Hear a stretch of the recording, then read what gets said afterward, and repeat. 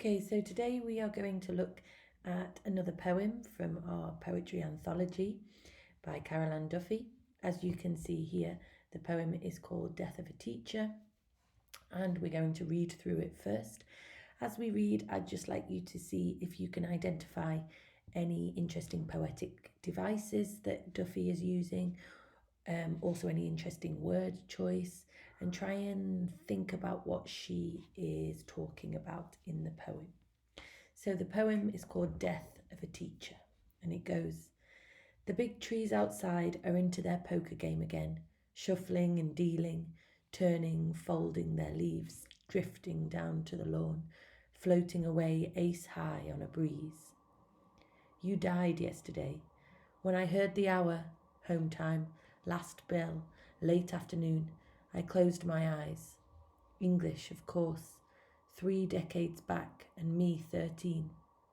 You sat on your desk, swinging your legs, reading a poem by Yeats to the bored girls, except my heart stumbled and blushed as it fell in love with the words, and I saw the tree in the scratched old desk under my hands, heard the bird in the oak outside scribble itself on the air.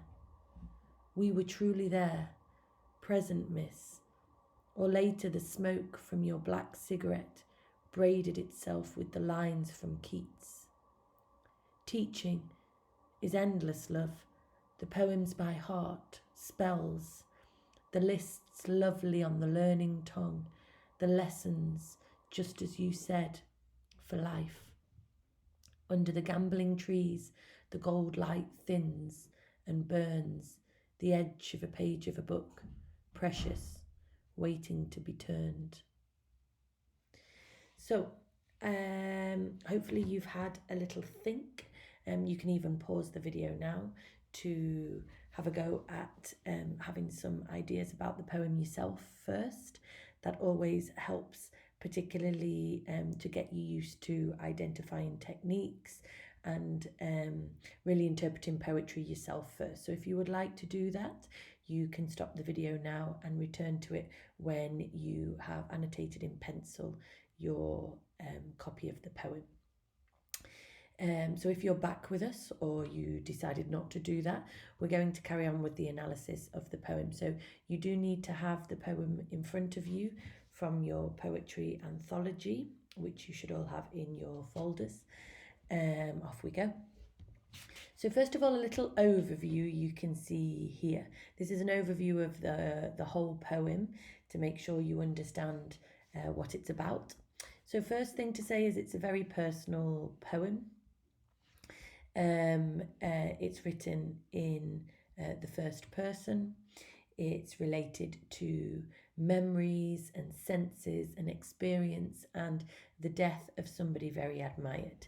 So the poetic voice, who in this case we assume is Caroline Duffy. We assume it's Caroline Duffy because of what we know about her own background, which we'll talk about at the end. But the poetic voice has discovered that a beloved teacher has died. You see that here in the 4th line.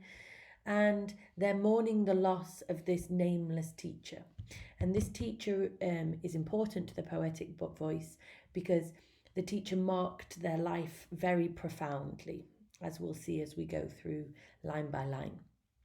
The poem is therefore elegiac. Now, what does elegiac mean? An elegy is a poem written for to lament the dead, to remember the dead. So here it is an elegy. It's a poem written to honour the teacher who has passed. And but also it seems to be an ode to teachers in general. An ode is a poem of admiration, if you like. So it seems to be an ode to teachers and the power they have in general to inspire, in this case, to inspire a love of literature. And we do see that in the title of the poem. What I mean by that is the title is Death of a Teacher. So we can ask ourselves, why did Duffy not name this teacher if this teacher was so important? And we know she does do that in other poems because in Mrs. Tilcher's class, which we have already studied, She does name that specific teacher, but here she doesn't. She refers to the teacher only as you in the second person, but she doesn't specifically name her, and we can see that perhaps that suggests what we saw before, that the important thing about this is that it's an ode to teachers in general, inspired by this one teacher. Also, the reader expects a lament from the title, Death of a Teacher. They expect it to be a very sad or perhaps even gruesome poem. But instead, what we get is a celebration of this lasting legacy. So there is a sense of sadness that she's passed, but there's also a really profound sense of joy that comes from the poem. It seems to be something of a eulogy, as if she is remembering her in her funeral or again after death, and as we've said, an ode. And perhaps also the absence of the specific name also is focusing on what death makes us realize. So sometimes by losing someone, we can have these profound realizations. So we're going to go to the poem itself. We're going to start with the first 4 lines. You will see that the poem is written in couplets.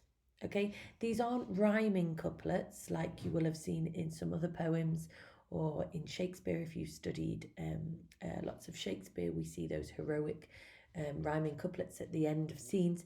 Here, they aren't rhyming, but they are couplets. Okay, little stanzas of 2 lines.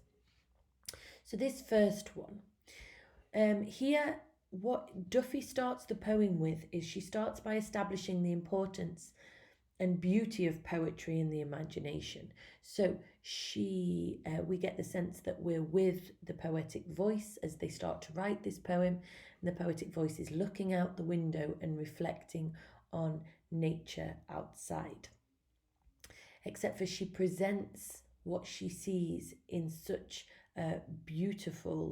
with such beautiful imagery that straight away it shows us what poetry and the imagination have the power to do, both things that were inspired by this teacher. So we see the powerful personification of the trees as poker players. She says the big trees outside are into their poker game again. And she says they're shuffling, dealing, turning, folding. These active verbs are all actions that the poker players engage in a game of cards. They're shuffling the cards, they're dealing the cards, but here she's comparing those to what the trees are doing with their leaves. So the image, as you can see here, is all of the trees huddled together, packed together, and it looks as if their heads are down, you can't see their faces, and the cards are hidden amongst the branches. So the branches are presented as their hands, and the leaves are presented as the cards. And we get the sense that it's autumn here because we can hear the sound of the rustling leaves, the shuffling, so there is an auditory quality there. And also the cards are, if you see here, their leaves drifting down to the lawn, floating away ace high. So the leaves, the cards, are dropped, and some of them float away ace high. And ace high, again, is a clever extension of this metaphor. It extends the metaphor because obviously ace in a game of cards is the highest, and she's using that to express how they float away on the wind high in the air, so they blow away. This is perhaps also powerfully symbolic of the progression of time, the idea that trees work on a cyclic pattern.